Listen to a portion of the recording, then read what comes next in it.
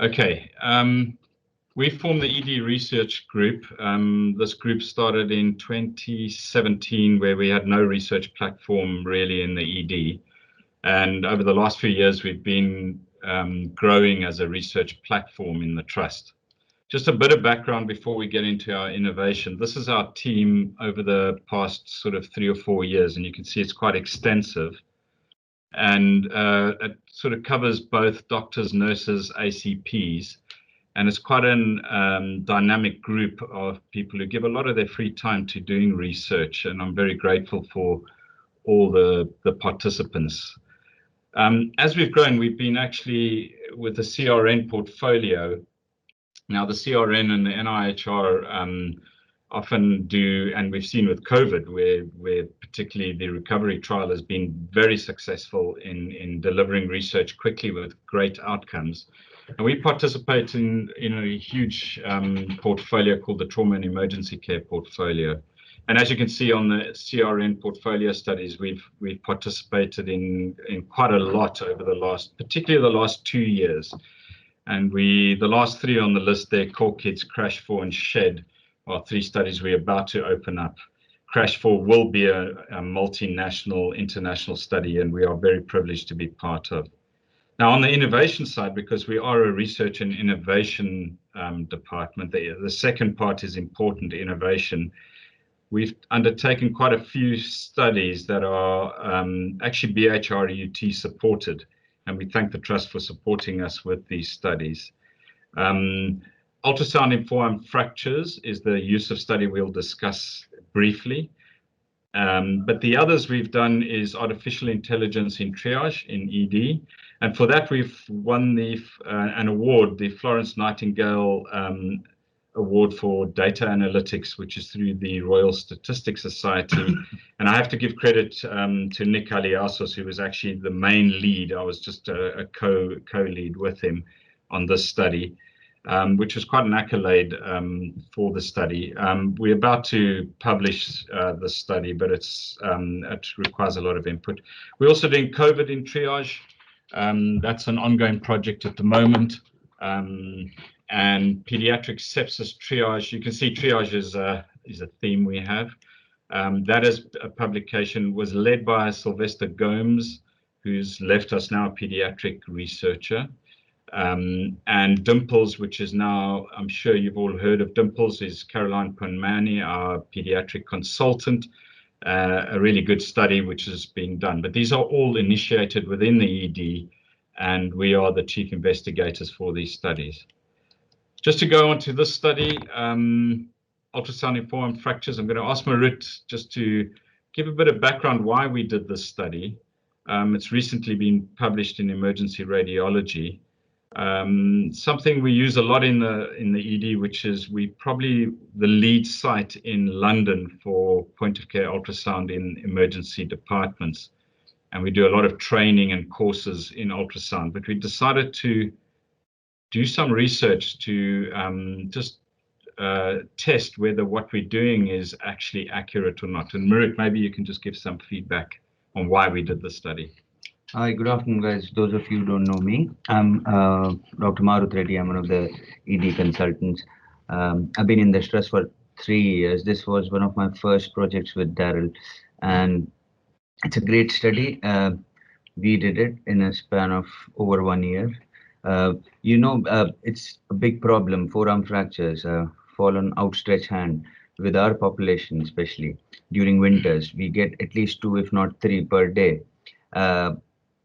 The standard of care is patient gets analgesia, then they're taken to the X-ray, and the doctor reviews the X-ray.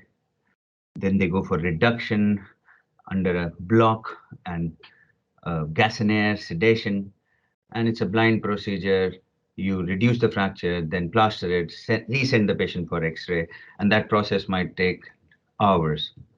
And you hope that your first attempt is the best attempt and you reduce it. But practically speaking, it's not always so straightforward, and often one patient might require more than 1 attempt and more than 1 X-ray, and their stay in the emergency department can be more than 4 hours for sure. So there came the role of ultrasound. It's non-invasive, harmless, and very quick in skill hand. So we could see the fracture, identify the fracture at triage or rafting or at the entrance, expedite the care because we have identified the fracture. So we'll give analgesia straight away. We could block with the help of ultrasound, and reduction was the main thing because it's more dynamic and you can see the bone while it is getting reduced. So over sedation, which is another problem, uh, could also be managed. So it has got both patient utility, patient centered utility, and as well as for the clinician, I learned great stuff. My forearm fracture management skills went way to the roof after the study. So yes, really good, helpful. Okay, so this is just a synopsis of the study. We only really operated when the group of ultrasonographers, because these are accredited ED ultrasound practitioners, and then we did a sort of 2 sessions of training on musculoskeletal, particularly with fractures and bone. So about 50% of patients were included, 51 were excluded, but the demographics of both populations were almost exactly the same. So pretty representative sample. And what was really interesting is for the identification of a fracture, we noted 44 patients had fractures and 3 did not, and the X-ray showed the same. So that was pretty accurate. During manipulation, the ED ultrasonographers identified that 28 of the patients had a successful reduction after manipulation before going for X-rays, but the X-ray reference test only showed 24 had successful. That means there was some that weren't actually accurately identified with ultrasound. However, most of them were, and this came out in our statistical analysis of the study. This is a good example of what you see on ultrasound. So on your left on the screen, this area here, you can actually see the fracture demonstrated with ultrasound. That's what we would see, and that's what we were testing. And there's a gap here where it says intercortical distance. And the X-ray on the right is the same patient at that sort of lateral longitudinal view. Now, when we manipulate it, before they go for their check X-ray, we would manipulate to the point where there's almost cortical opposition, meaning the bones are aligned a little bit better. There was no absolute measurement for that. It was a pragmatic study. And there you can see the X-ray where the cortex looks to be almost aligned on the right. That's the below pictures. So just as a summary of the study, identifying the fractures as they come in. Remember, X-rays is always the gold standard. We're not moving away from that. You can't. But we were 100% sensitive and specific, meaning it was absolutely accurate where we could identify a fracture. And at that point, you can give a splint, some pain relief, and get them to an X-ray much quicker than them waiting for the X-ray. So it does expedite the patient and the patient pain control. When we did the manipulation, so those that needed manipulation, meaning we had to put the bone in the right alignment, when we felt that the bone was not aligned, i.e. they would need extra manipulation before being sent for X-ray, we were very accurate. That was fine. But there was a gap here. We noted that some of our patients were deemed to have an accurate alignment when in fact it wasn't. And that was a 14% miss on the negative predictive of 86%, which is 14% out. So there is a gap there. We're not absolutely accurate with our system. What we do know is when we think it's not aligned, we're pretty accurate, and that allows for the practitioner to actually manipulate the fracture. Some of these patients did go for an ORIF, but that is in keeping with these kind of fractures. As the swelling comes down, there's often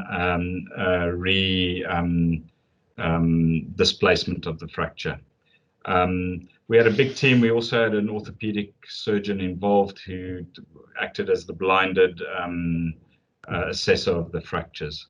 So quite a good study, managed to be published, and this was a BHRUT sponsored study by the R&I department. Just a quick one on some of the publications we've had. This is just a list of a number of them, and we're hoping to increase this. Our pediatric team are very active and dynamic, as well as the adult team. So we've got quite a good team putting together stuff, but these are all BHRUT accredited studies, and hopefully we can grow this as we go along. Happy to field any questions. I think that's the end of that, and I'll come back to you.